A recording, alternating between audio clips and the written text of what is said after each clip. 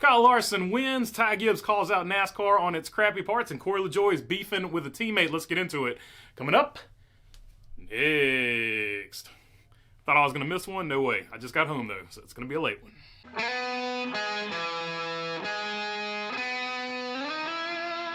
What's going on, everybody? Hope you're doing good today. All right, Kyle Larson wins this race, did it in dominating fashion, won both stages, and, of course, the overall win.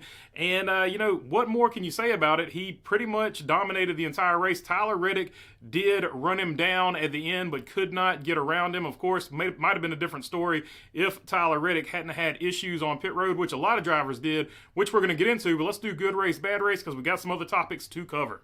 So let's look at good race. Of course, Kyle Larson with the win moves in to 36th all-time, right ahead of legend Ricky Rudd with his 24th win overall. Tyler Reddick, good run, had to overcome those pit road issues. If he hadn't had those, you know, might have been a different story. Ryan Blaney continues a strong start to his season. Ross Chastain, fourth there, continues good momentum for him. Ty Gibbs overcomes that transmission. And speaking of that transmission, Ty Gibbs basically called out NASCAR for having to buy their transmissions from vendors. He said, yeah, the transmission failed on me, and this wouldn't happen probably if we're still building our own transmissions. So you might disagree with the point, you might agree with the point, you might agree with NASCAR doing what they're doing, but I'll tell you this much. I like that Ty Gibbs, especially a young driver like Ty Gibbs, is speaking his mind and being vocal, because not enough drivers come out and tell you how they really feel about things. I'm always going to support a driver, whether I agree with their opinion or not, when they give their actual opinion and don't just give these canned, sponsor-friendly answers and things like that. So I got to say, I do like that Ty Gibbs spoke his mind there, and in this particular situation, I actually agree with him. I think they would have less parts failures if they would let the teams, you know, build their own stuff. He was followed by Noah Gragson there in 6th place. Noah Gragson started this race -6, so definitely needed this result. Noah Gragson's had a good start to the season. Got caught up in a wreck in Atlanta, but other than that, he was still running good. So 2 top 10s, already doing better than he did all of last season in the legacy stuff. Martin Truex Jr. finishes 7th there. Denny Hamlin 8th. Joey Logano 9th.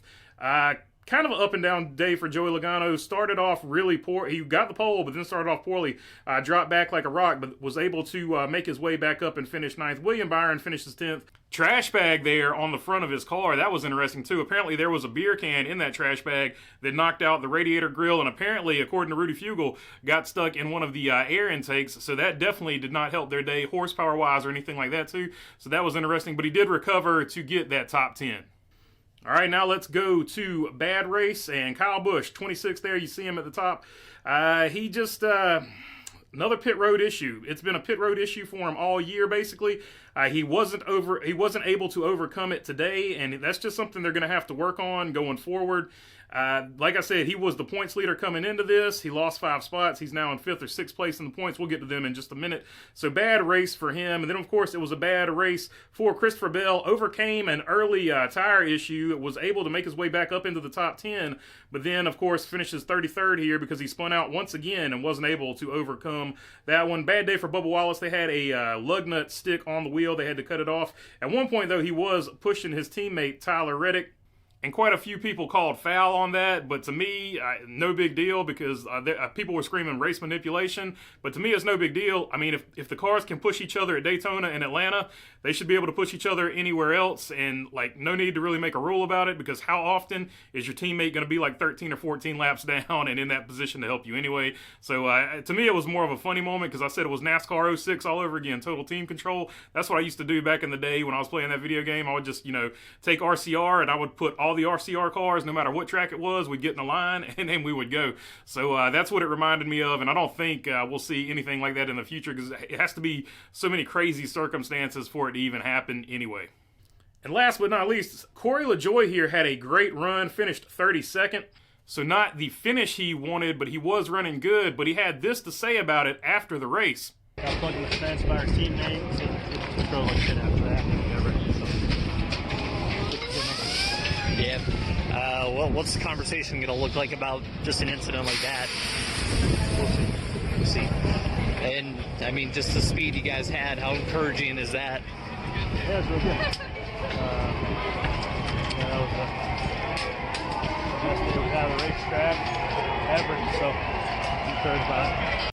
So you can see from his comments there, he was not happy with his teammate. He said Carson Hocevar pinched him up into the wall, and he didn't know how that Monday morning meeting was going to go. So that's very interesting. There could be actual in-team fighting between those two. So hopefully they can figure it out. But that's definitely not what you want to do. The cars for Spire are running better this season, so they don't need any internal issues. So hopefully they get it worked out in the Monday morning meeting, because they're just running too good this season. They don't want to ruin this season with internal strife.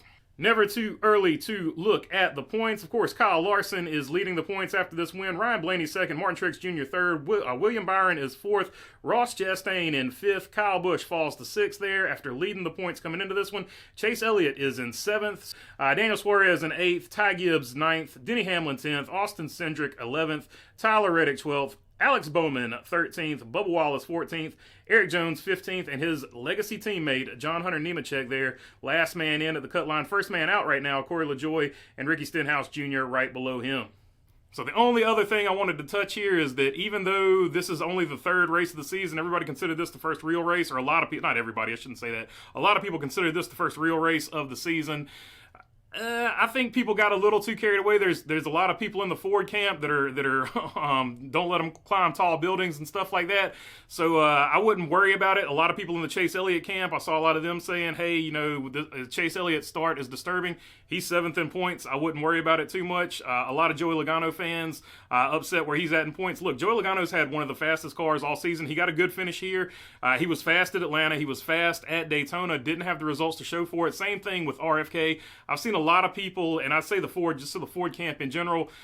Look, Ford has speed. They're really fast on qualifying day, but they're in a similar situation to Chevrolet in 2018. Chevrolet was fast on qualifying day pretty much all throughout 2018, but they struggled to find a handle on that car throughout the rest of the season. Eventually, they had to do like a reconfigured nose or something. I don't think Ford's in that camp. I think Ford will eventually figure it out, and I say that because of this. You see the guys that qualify well with Ford drop back, but you see the guys that qualify poorly with Ford go to the front. Ryan Blaney had a good run here. He is second in points right now, so I wouldn't worry too much about it if I'm in any of these camps. It's too early in the season to worry about it. Let's wait at least 8 races. 8 races is 1/3 of the regular season before you hit the panic button on any of these drivers, so that's all I'm going to say there. Your driver might not be off to a great start, but let's get at least 8 races in here before we worry about, you know, which driver is going to be missing or is not performing up to what you think he was going to do or not. All right, that is all I've got for you on this one. If you made it this far, I would love to have your subscription.